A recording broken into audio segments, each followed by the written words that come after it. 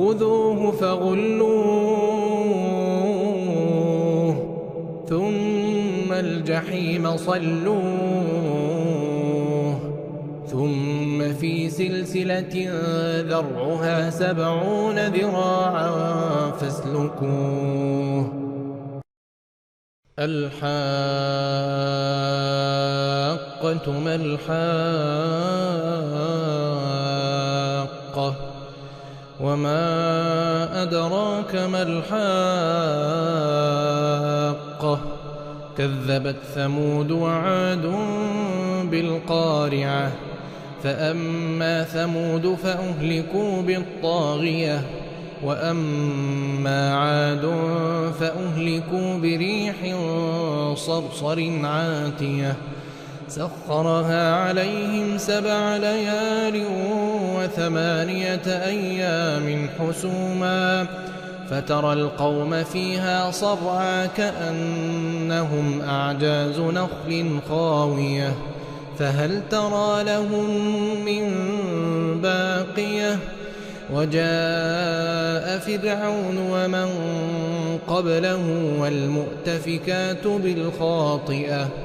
فعصوا رسول ربهم فأخذهم أخذة رابية إنا لما طغى الماء حملناكم في الجارية لنجعلها لكم تذكرة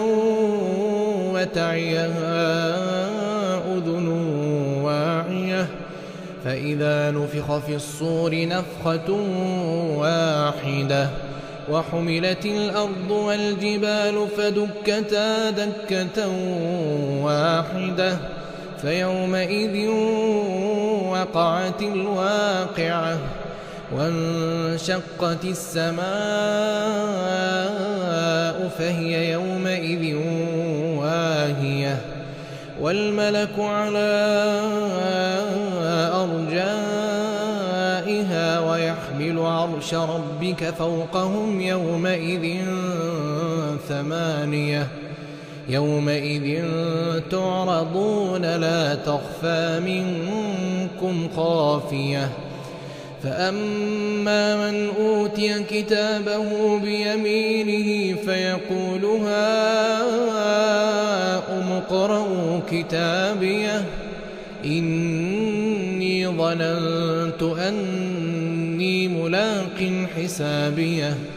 فهو في عيشة راضية في جنة عالية قطوفها دانية كلوا واشربوا هنيئا بما أسلفتم في الأيام الخالية وأما من أوتي كتابه بشماله فيقول يا ليتني لم أوت كتابيه ولم أدر ما حسابيه يا ليتها كانت القاضية ما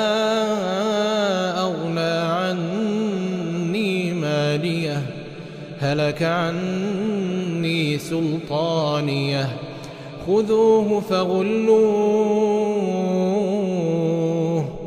ثم الجحيم صلوه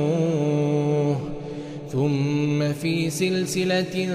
ذرعها 70 ذراعا فاسلكوه إنه كان لا يؤمن بالله العظيم ولا يحض على طعام المسكين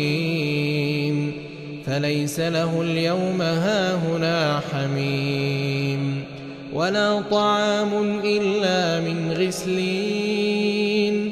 لا يأكله إلا الخاطئون فلا أقسم بما تبصرون وما لا تبصرون إنه لقول رسول كريم وما هو بقول شاعر قليلا ما تؤمنون ولا بقول كاهن قليلا ما تذكرون تنزيل من رب العالمين. ولو تقول علينا بعض الأقاويل لأخذنا منه باليمين ثم لقطعنا منه الوتين فما منكم من أحد عنه حاجزين. وإنه لتذكرة للمتقين وإنا لنعلم أن منكم مكذبين وإنه لحسرة على الكافرين وإنه لحق اليقين. فسبح باسم ربك العظيم.